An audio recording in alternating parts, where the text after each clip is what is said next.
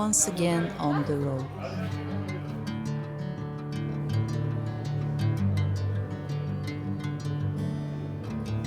And the heat won't stop me. In case we haven't met, hi, I'm Katerina.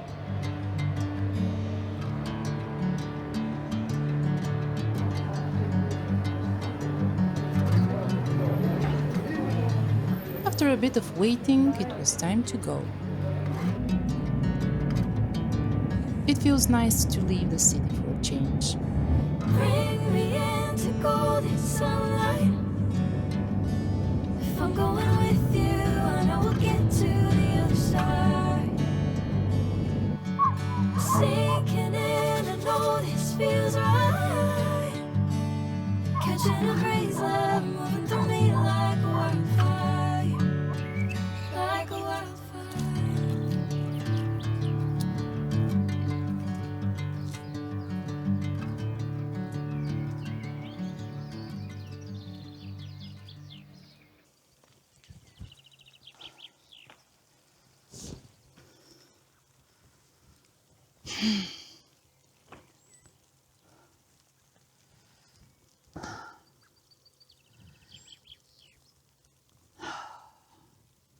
Let me just catch my breath. So, I'm going to my parents' house, and I really wanted to gather some herbs while I'm at it because I'm passing through this road.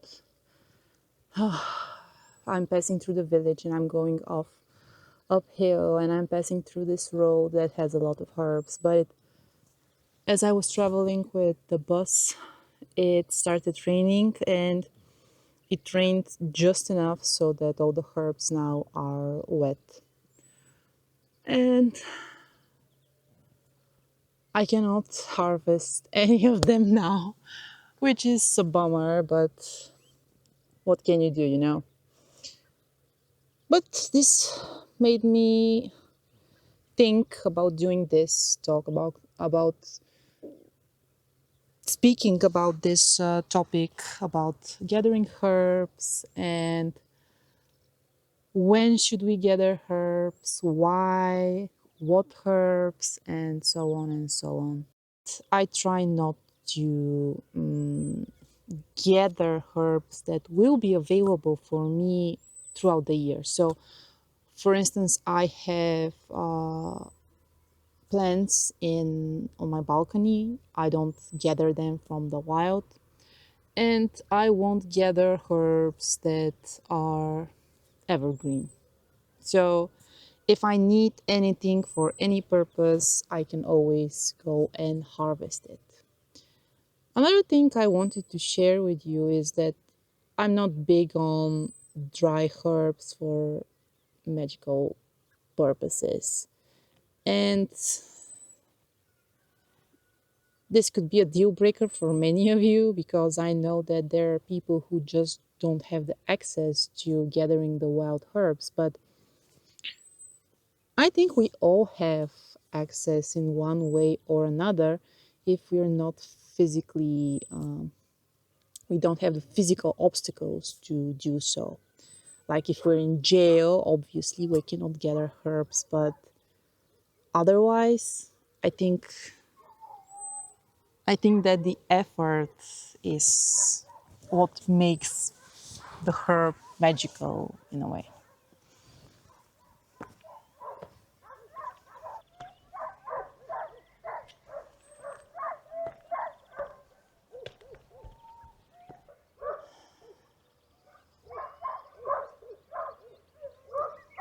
I pass through here so rarely that I honestly don't know whether this path will be walkable, but as I see it's used at least by animals, so I'll probably find it. And here we have some rigan, which I cannot pick because it's wet, and this makes me kind of sad. And guys, the rain is getting stronger, so we'll just go home.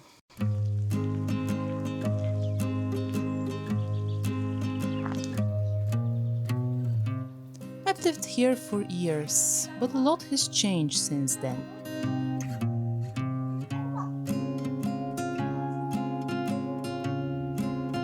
Although the cats remain, as many as ever.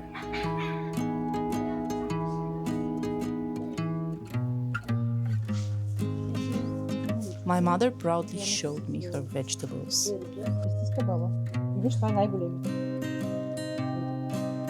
The cats, of course, couldn't miss that either.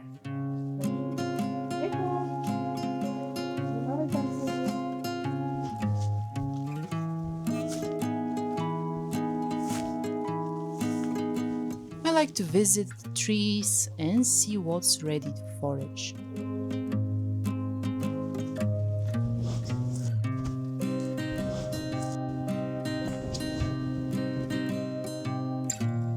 These plums aren't ripe yet, but their sour taste takes me straight back to childhood.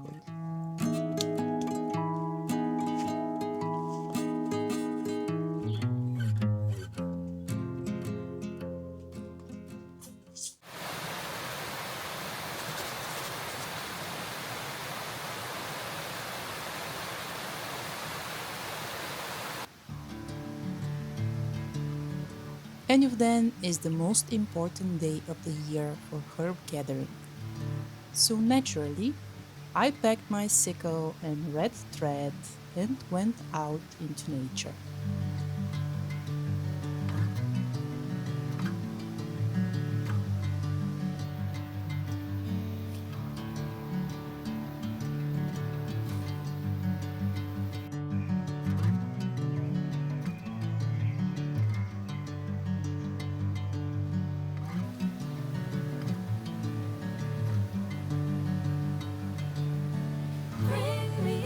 This year we decided on a family picnic by the river, quite different from our usual trips to sunny fields.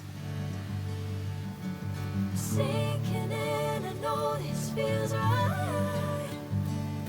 Catching a breeze, love moving through me like a wildfire. While the kids were happily throwing stones into the water and the fire was getting ready, I went to visit an old friend. Never the same. This tree is where I leave my offerings when I come to this place. And today is no different. I know I'm holding the best of me out of my hand. I know you always understand. Though I notice the tree is not as vivid as I remember, it still holds many branches, many leaves. The other side. Sinking in, I know this feels right. But it is visibly drying. Through me like a wildfire. Like a wildfire. Life and death are a circle.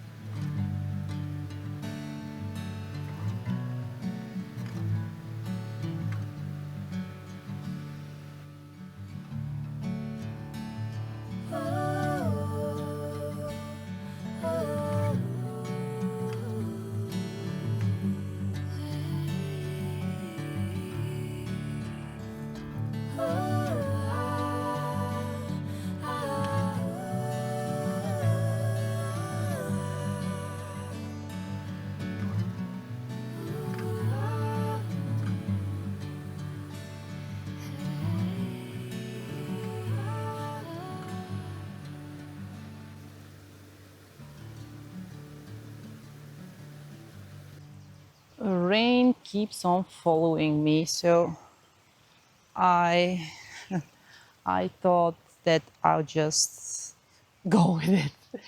It's 24th of June today. It's what we call Enyovden, which is the day of Saint Enyo, which is a folk version of Saint John the Baptist, which we call Yuan, if you're interested. And it's a day that is connected, it's dedicated almost entirely to herbs and honoring the sun in its most powerful moment throughout the year. So I, together with my family, we went to a little picnic.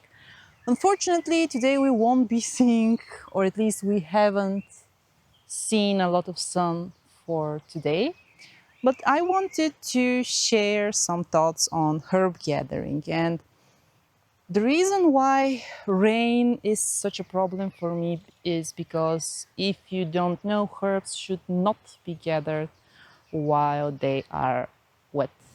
So this is a problem. And at the same time, I have to honor the celebration. And it seems it has rained in the morning here. Usually I would wait for the sun to come out, to dry the herbs, maybe go out in the afternoon. But since I am juggling family and tradition, I decided that I'll just gather some herbs for a wreath, for the traditional wreath, and then I'll see how it goes with the sun. So I don't pick up herbs in bulk, so I would pick herbs only that I intend to actually use. And I strongly advise you do the same. It's a simple respect to the land we inhabit. But there are herbs I am careful to avoid, notably the poisonous ones, like this, especially when there are children around.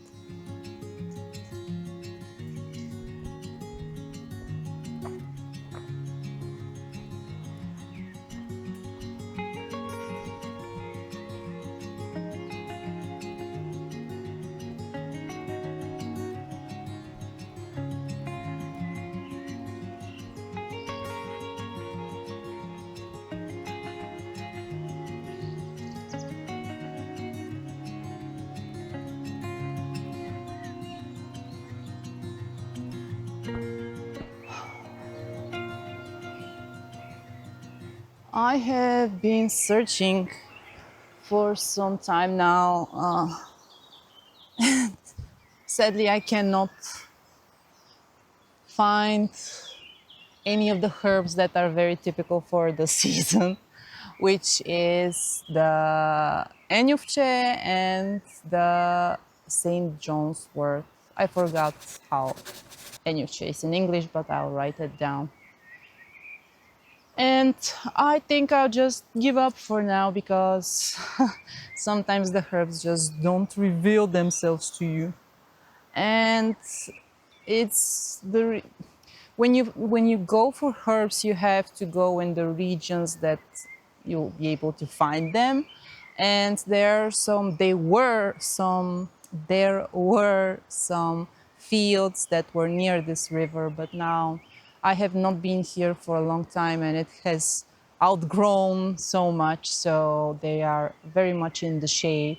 And the fields that I used to go for herbs are now private property, so I cannot access those. But anyway, I'm quite satisfied with what I managed to gather, and I will be doing a very small read so that me and my family can pass through it just to honor the tradition. Now, probably all of you know that herbs are not gathered with their roots. Herbs are gathered just as much as you need, and you always have to leave some for the forest behind so that they can multiply. And it's in your interest, because if you don't do this, next year you won't find the herbs where you found them this year. So this is quite important. And please be mindful when you gather herbs, because You're not the only one going through the forests, and probably there are other people who would also gather herbs. So always pick mindfully. Always think how how much of nature we share, not only for other people, but also for insects, for animals, for birds, and so on. Now I'll shamelessly go back to our picnic site, and on the way back I'll probably gather some more herbs that I think might come into our festive wreath. And this field is one of those that I told you about, private property. I could trespass, but I prefer not to. And the sad thing is that there's this one herb over there I really think is one I need, but hey, let's behave.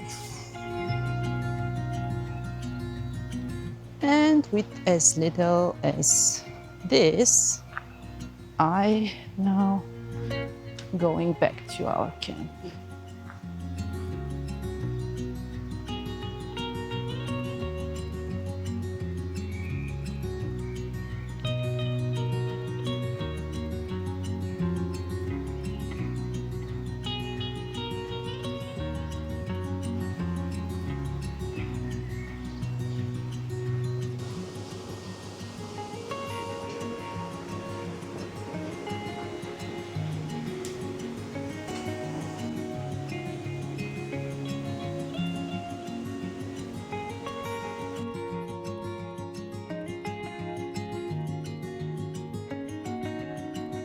I chose a crossroad to do the right, to let go of all that holds us back.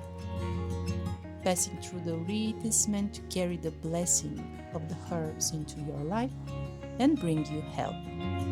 And as you can see, you don't need many people or a large reed to do this.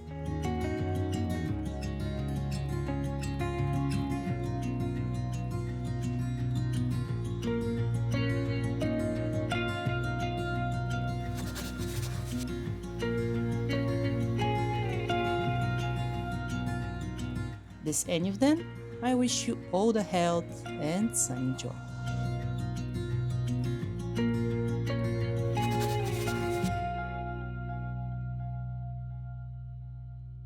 It has been a couple of days, so my wreath has dried almost completely. And I have to make a confession, and this is that I did not gather any other herbs on the special day of any of them. And I think that maybe sometimes people would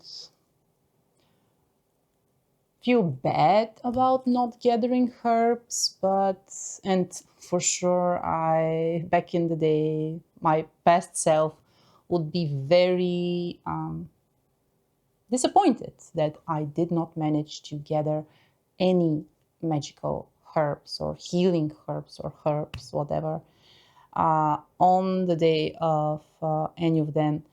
But I think that there's a more important thing we have to think about here, and this is how much actually do we need.